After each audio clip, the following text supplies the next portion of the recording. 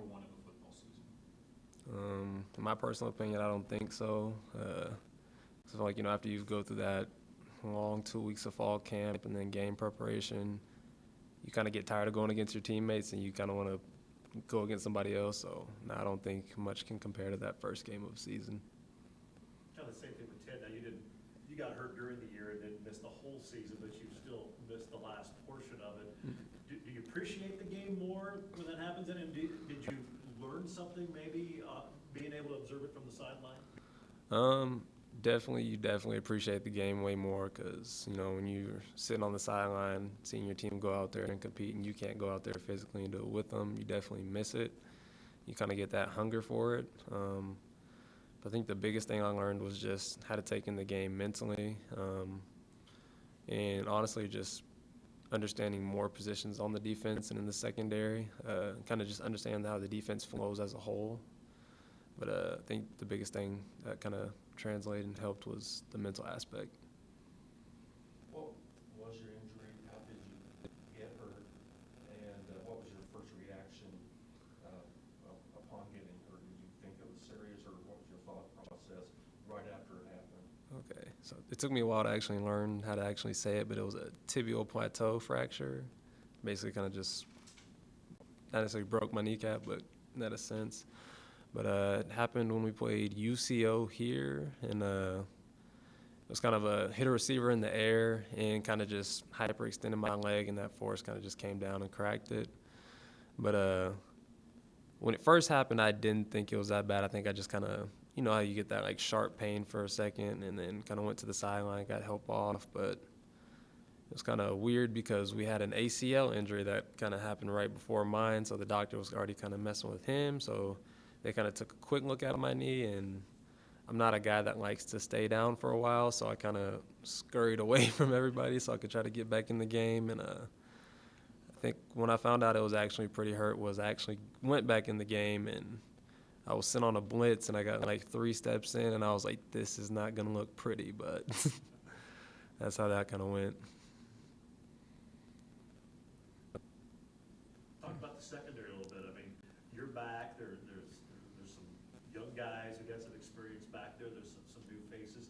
How do you feel you guys have all kind of come together here before the first game? Honestly, it's definitely like a little family for sure. Coach Brown even kind of hit on it with, we don't even know who's starting yet per se. Our coach likes to say he has 7 starters and then 3 backups. So, whenever you have that type of problem, that's always good. And, we all, like I said, we're a family and we all care for each other. And we all want to go out there and start and compete. But honestly, whoever's awarded that job, we're going to go out there, support them. And then when it's our turn to step up, we're going to go out there and play to the best of our abilities. We heard about the communication on the offensive line. What about the communication in the secondary and what that's been like so far in camp? It's definitely been a vast improvement from last season for sure. And again, I think that goes to that kind of just family atmosphere of we as a whole collectively want to get better, and we understand that communication is a big part of that because everybody knows week 1 you're going to get a lot of stuff thrown at you, and you're at your best when you can just line up and play football, and then when everybody's on the same page, that just makes it that much better. But and like always, you still got to improve on communication too. Like you can never be satisfied. Is that maybe week 1 the hardest week to just line up and play football because you don't exactly know who the other team is going to throw out there and what they're going to bring to you? You could say that, but at the same time, I think that's also could be flipped where, you don't know exactly what you're going to get. So as long as you know your rules and your assignment, you just got to go out there and play football at the end of the day. So that's kind of how I think of it. So I try not to, I guess, think of it in that way, but yeah. When were you cleared to return to practice, and what was that like? Were you hesitant, nervous initially? Just your mindset, even though the doctor said, yeah, you're good to go, what was that like for you? I kind of got cleared kind of right coming back from that second semester. They eased me into it, of course, throughout like morning runs and stuff like that. But there was definitely a big hesitation just because I had never had an injury like that in my life, honestly, where like it took me out for a whole season. But yeah, nah, I mean, after getting it going for a little bit, you kind of get back to the flow of things. But probably just the biggest thing was mentally. But after a while, you get it back, and then, like Ted said, it's just like riding a bike. Was contact drills something you had to overcome initially? Yeah, and again, like that's one of the things they held me out of that for an extended period of time, but it's definitely time to take some adjusting to. But once you get back into it, you're back into it. A lot of talk about last year, what was lacking and just different things, but have you noticed a difference with this group going into the season? Oh, for sure.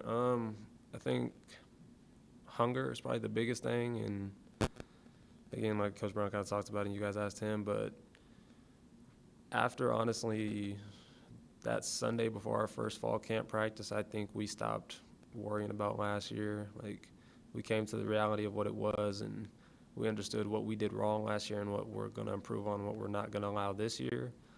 And I think we've just been hitting the fence running ever since.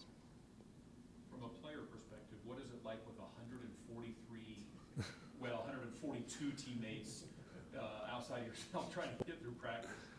Oh, man.